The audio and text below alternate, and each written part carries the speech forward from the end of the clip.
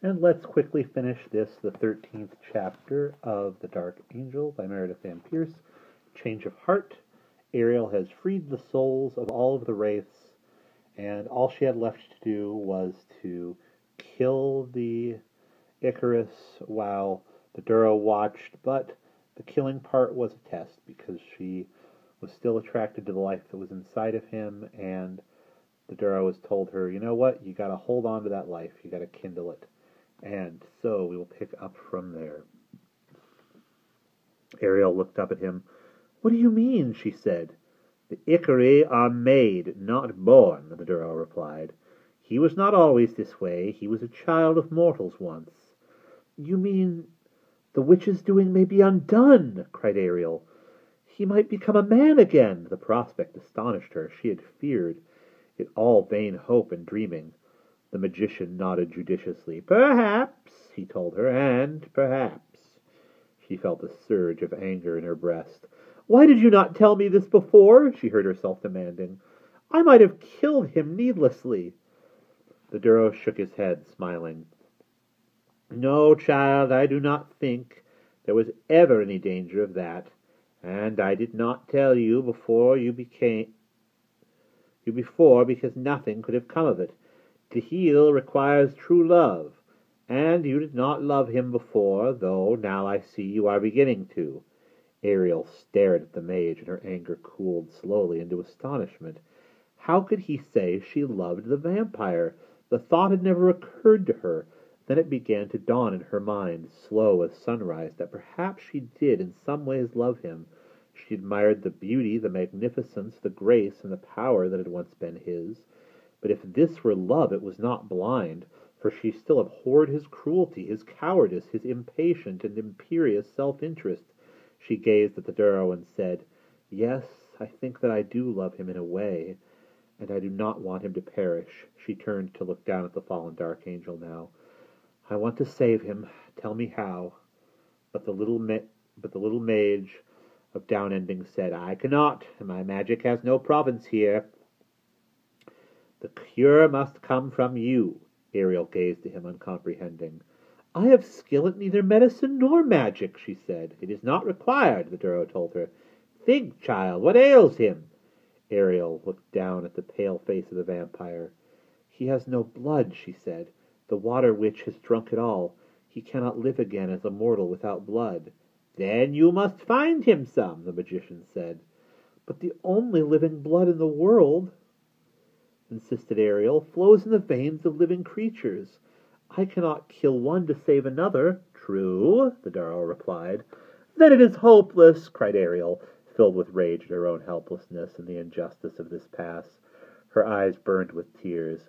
Cup your hands and catch the tears, the mage instructed. He reached to bring her hands together into a bowl, and even as he spoke, the tears turned to blood that welled up from her hands in a moment. But I thought you said your magic, Ariel whispered, staring. Oh, this is not my doing, the Duro said. Greater magics than mine are afoot in this chamber, where blade and cup and dram are met with love such as yours. All lies in your hands now, daughter. I am no more than your aid. Ariel stared at the living blood brimming her cupped hands, and then at the Darkangel. But this will not be enough, she said. It cannot be. It will suffice, the Duro said. As one drop of your charity spins endless thread, so one tear of your true love will make enough for this. Then he tilted her hands so the blood fell in a thin stream to the vampire's white breast, and there disappeared like rain into thirsty earth. Ariel poured for a long, long time before her hands were empty of blood. By that time color had come into the vampire's skin. He was no longer deathly white. No spot or stain was left upon his breast, and Ariel's hands were as clean and dry as before. She watched as traces of blood arose to fill the slashes on his face and shoulder. She gazed at the Duro in wonderment. You are a wizard, she told him, and a great one. But again the Duro shook his head. I have done nothing, child, he told her. Nor could I, had I tried. Mages cannot work everything. Only the quality of your mercy could have accomplished. He put himself off abruptly And then, with a glance at the Darkangel, "But haste!" the little man cried, "or he dies. You have given him his lifeblood back, but his heart is still lead. The dram he drank will sustain him for a little, but not long." She caught in her own breath sharply as she realized that already the Icarus breaths were fading. "What must I do?" said Ariel, but the Duro did not reply. The moment she was gazing at him, he seemed to last many heartbeats, though she knew, in truth, it spanned but two. Then she resolved herself and spoke. "The cure must come from me," you said. "Very well. I have not come this far only to see him die. He must have a heart of flesh to live, and it must be mine. I'll freely give it." She did not look at the Duro again or see if he would try to stay her. Giving no time to intercede or even speak, she reached for the dagger. Quickly, but very quickly, she drew the bright blade down the vampire's breast. So keen was its edge that no blood sprang to the wound.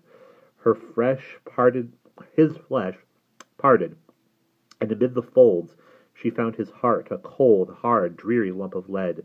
She lifted it out and set it down, a dry, bloodless, heavy metal weight. Then took up the blade again and turned it to her own breast. The shining blade was so keen she felt no sting, only heat like the light of Solstar. Lifting her own heart from her breast, she felt only emptiness remain. She laid her heart of flesh within his open breast and folded his flesh over again where it joined without a seam. She felt very tired, very spent, yet at the same time there was a curious lightness to her limbs. The colors of the room faded. She could not seem to keep her eyes open.